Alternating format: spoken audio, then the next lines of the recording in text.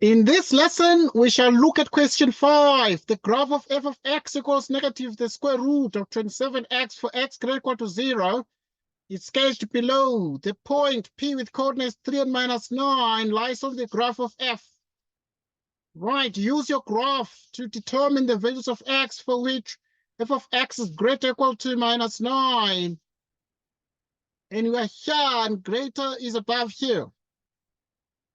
Because at this point, we have that whenever x is 3, y is greater or equal to -9. So that when we're looking for the values of x for which f of x is greater or equal to -9, it follows, therefore, that x lies between 0 and 3, or x is an element of the interval from 0 to 3, like this. Write down the equation of f inverse in the form y equals something, include all restrictions. Include all restrictions. Right, so now we proceed to do this 5.2. And now to get the inverse, first we note that we've been given the function f of x, which can be written as y equals negative the square root of 27x, like so. But obviously it is defined for x greater or equal to 0.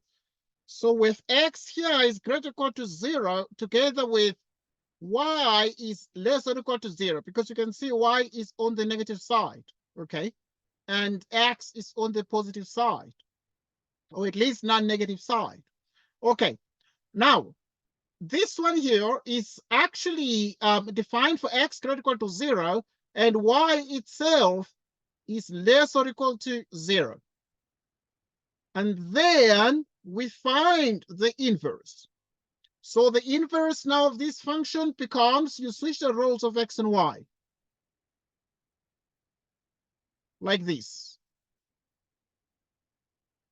So that when you switch the roles of x and y, what you have here is as follows. Because now your y was switched with x, and x was switched with y, so that at this point, what you're going to have is your x is going to take the role of y, so that x is less or equal to 0, and your y now is going to take the role of the previous x, so that y is greater or equal to 0. Now, at this point, you square both sides. X squared equals 27y. What is y, my friend? It's x squared over 27. That is exactly the y. So what is y here? It is exactly x squared over 27. Include all restrictions. Well, the restriction at this point is that x itself, we're able to see here clearly that x must be less or equal to 0, right, for the inverse function. So for those who can't see, we can write y as x squared over 27. Sketch f inverse. Write the inverse of f in your answer book, 5.3. Now to sketch f inverse, there are a couple of things you need to consider. This is y and that is x. So that in the end, if you sketch the inverse of f, we have already seen that the inverse of f has been written as x squared. And write it as x squared out of 27. Right, so we write it that way. So y is x squared over 27, but this is f inverse of x. Okay, so yeah, it's going to be this. Okay, this obviously is clearly a parabola, x squared out of 27. And this parabola now, they said sketch f inverse, so we need to label this clearly as f inverse. Now, a couple of things then remain key to this. P, or just choose a point, okay? Give it a different name, preferably. So now we can choose x to be minus, because they said indicate intercept with the axis, so your intercept is 0 and 0. And the coordinates of one other point. Okay, so yeah, one other point it's going to be. Right, when x is minus 9 and you square it here, it's going to be 81 out of 27, which is exactly 3. Right, so that at this point, the point is minus 9 and 3. Right, so describe the transformation from F to G. Right, so to describe the transformation from F to G, you have that f of x is 27x.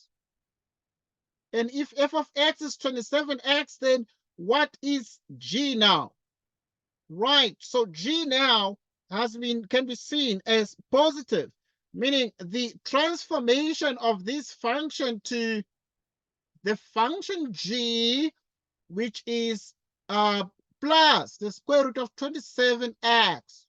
So which means, therefore, an ordered pair of x and y has been transformed to x and minus y when x is greater or equal to 0.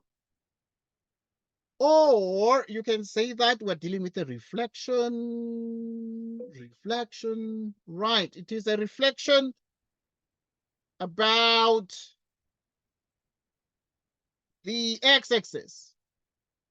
It is a reflection about the x-axis. Okay, so we have a reflection about the x-axis. So now we have described the transformation of f to g where x is greater or equal to 0. Right, the transformation can be written like this, or reflection about the x-axis, so that now if you reflect about the x-axis, it means, therefore, this is going to become the function g, which is the square root of 27x, like this. Okay, when this one is minus the square root of 27x. Okay, yeah, so that is what we have.